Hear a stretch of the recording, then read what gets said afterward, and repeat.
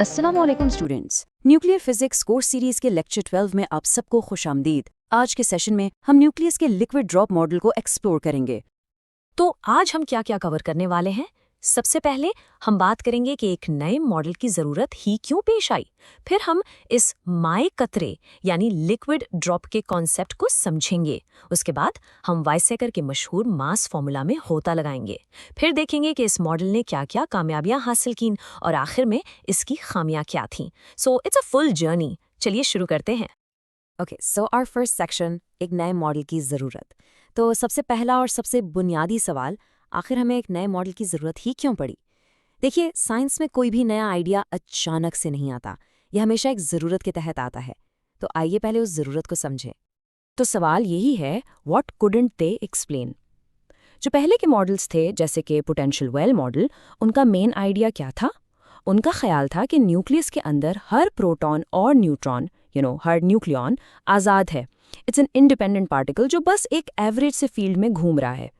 लेकिन यही सोच, यही तसव्वुर कुछ बहुत ही बुनियादी एक्सपेरिमेंटल हक़ाइक़ के सामने आकर फेल हो गया। तो चलिए देखते हैं कि वो क्या चीज़ें थीं। पहली बात, ये मॉडल्स एवरेज बाइंडिंग एनर्जीज को एक्सप्लेन नहीं कर पाए। फिजन जैसा प्रोसेस, जहां पूरा का पूरा न्यूक्लियस एक साथ दो हिस्सों में टूट जाता है, उसके लिए इन मॉडल्स के पास कोई एक्सप्लेनेशन नहीं थी। क्यों? क्योंकि ये तो कलेक्टिव बिहेवियर है। फिर न्यूक्लियस के फ्लूइड लाइक प्रॉपर्टीज, और सबसे इंपॉर्टेंट इस बात का कि न्यूक्लियर फोर्सेस सैचुरेटेड होती हैं, यानी शॉर्ट रेंज। एक न्यूक्लियॉन सिर्फ अपने करीबी पड़ोसियों से इंटरैक्ट करता है, दूर वालों से नहीं। ये बात पुराने मॉडल्स पूरी तरह इग्नोर कर रहे थे। तो यहाँ पे we see a fundamental shift in thinking, एक पूरा पैराडाइम शिफ्ट। हम इंडिविजुअल पार्टिकल्स के कॉन्सेप्ट से मूव करके कलेक्टिव बिहेवियर की तरफ आ गए। सोच ये बदली कि हर न्यूक्लियॉन आज़ाद नहीं है, नहीं, बल्कि सारे न्यूक्लियॉन्स एक साथ मिलजुल कर एक टीम की तरह काम करते हैं, बिल्कुल जैसे एक पानी के कतरे में मॉलिक्यूल्स। और यही यही वो रेवोल्यूशनरी आइडिया था जिसके ऊपर पूरा लिक्विड ड्रॉप मॉडल खड़ा है। Okay, now for the main event. Section 2, Mae Katere Kata Sawar. So let's dive right into the heart of this new model. ये आइडिया 1930s में गैमो, बोर और वाइजिट्जर जैसे अजीम जहनों ने पेश किया। एक सिंपल लेकिन बेअंतहाया पावरफुल एनालॉजी। क्या हो अगर न्यूक्लियस दरअसल एक छोटा सा नैना सा लिक्विड का कतर हो? So what is the liquid drop model officially? देखिए, डेफिनेशन बिल्कुल सीधी सादी है। इट्स अ मॉडल जो न्यूक्लियस को एक इनकम्प्रेसिबल फ्लूइड यानी एक ऐसे माए के खतरे की तरह ट्रीट करता है जिसे आप दबा नहीं सकते। और इस खतरे के अंदर न्यूक्लियॉन्स मॉलिक्यूल्स की तरह एक साथ कलेक्टिवली बिहेव करते हैं। बस यही है पूरा मॉडल। ये दो फ्रेजेस याद रखिए, इनकम्प्रेसिबल फ्लूइड और कलेक्टिव बिहेवियर। ये इस मॉडल का पूरा खुलासा है। अब देखिए कि ये एनालॉजी कितनी ज़बरदस्त है। पॉइंट बाय पॉइंट देखते हैं। पहला, कांस्टेंट डेंसिटी। पानी का कतरा छोटा हो या बड़ा, उसकी डेंसिटी सेम रहती है, राइट?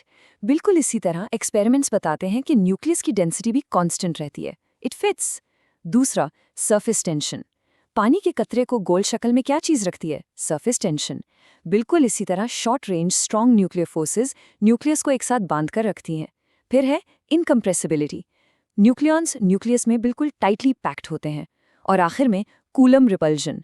हर कतरे के अंदर एक दुश्मन भी होता है। न्यूक्लियस के केस में वो दुश्मन है प्रोटॉन्स के बीच की रिपल्जन, जो इस कतरे को फाड़ने की, तोड़ने की कोशिश करती है।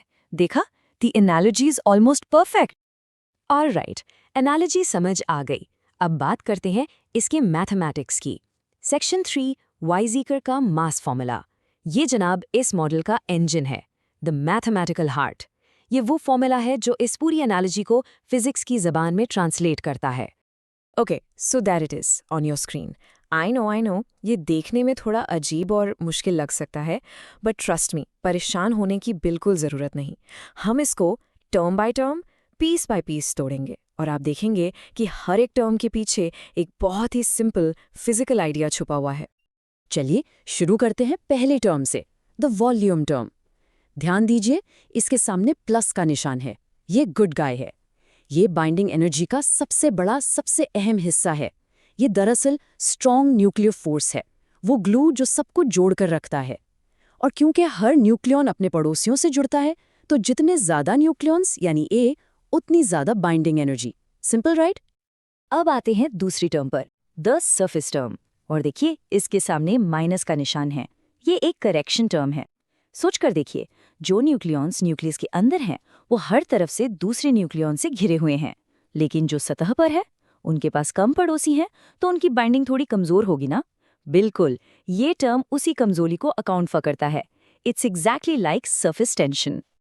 Next up, the coulomb term, एक और नेगेटिव टर्म। ये है हमारा बैड गाय। ये वो कुव्वत है जो न्यूक्लियस को तोड़ना चाहती है। ये प्रोटॉन्स के बीच की इलेक्ट्रोस्टैटिक रिपल्शन है। स्ट्रॉन्ग फोर्स जोड़ना चाहती है, कूलम फोर्स तोड़ना चाहती है। और जितने ज्यादा प्रोटॉन्स यानी जी होंगे, उतनी ही ये रिपल्शन ज्यादा होगी। इसीलिए जो बहुत भारी न्यूक्लियाई होते हैं, वो अनस्टेबल होते हैं। Okay, now for something a bit different, the asymmetry term. ये भी एक पेनल्टी टर्म है। नेचर को बैलेंस पसंद है। न्यूक्लियस सबसे ज्यादा खुश और स्टेबल तब होता है जब उसमें प्रोटॉन्स और न्यूट्रॉन्स की तादाद लगभग बराबर हो। अगर ये बैलेंस खराब होता है तो न्यूक्लियस अनस्टेबल हो जाता है। ये टर्म उसी इम्बैलेंस के लिए एक एनर्जी पेनल्टी है। और आखिर में द पेयरिंग टर्म। ये एक छोटा सा बोनस टर्म है। एक्सपेरिमेंट्स ने हमें बताया कि न्यूक्लियॉन्स को जोड़ों यानी पेयर्स में रहना पसंद है। तो अगर किसी न्यूक्लियस में प्रोटॉन्स भी इवन नंबर में हो और न्यूट्रॉन्स भी इवन नंबर में हो, तो वो एक्स्ट्रा स्टेबल होता है। ये टर्म उस इवन न्यूक्लियस को थोड़ी सी एक्स्ट्रा बाइंडिंग एनर्जी देता है। It's a fine tuning adjustment. Phew, formula समझ लिया। अब सबसे एक्साइटिंग हिस्सा, इतना सब कुछ करने का फायदा क्या हुआ? आइए देखते हैं इस मॉडल की कामयाबियां। Where does this model shine? इसकी सबसे बड़ी, सबसे जबरदस्त कामयाबी, द बाइंडिंग एनर्जी कर्व। आपने ये ग्राफ जरूर देखा होगा। ये फॉर्मूला उस ग्राफ की शक्ल को परफेक्टली प्रिडिक्ट करता है। वही फॉर्मूला जिसके अलग अलग टर्म्स हमने अभी डिस्कस किए, उनका आपस में जो बैलेंस है, जो कशमकश है, वही इस कर्व को बनाता है। ये बताता है कि कर्व ऊपर क्यों जाता है, फिर आयरन 56 के करीब पीक क्यों करता है और फिर नीचे क्यों आता है। This was a massive success. और फिर है न्यूक्लियर फिजन। जरा तस्वर कीजिए, एक बहुत भारी न्यूक्लियस, एक बड़ा सा लिक्विड ड्रॉप, उसके अंदर प्रोटॉन्स की रिपल्शन बढ़ती जा रही है। वो उस सरफेस टेंशन पे गालिब आ जाती है।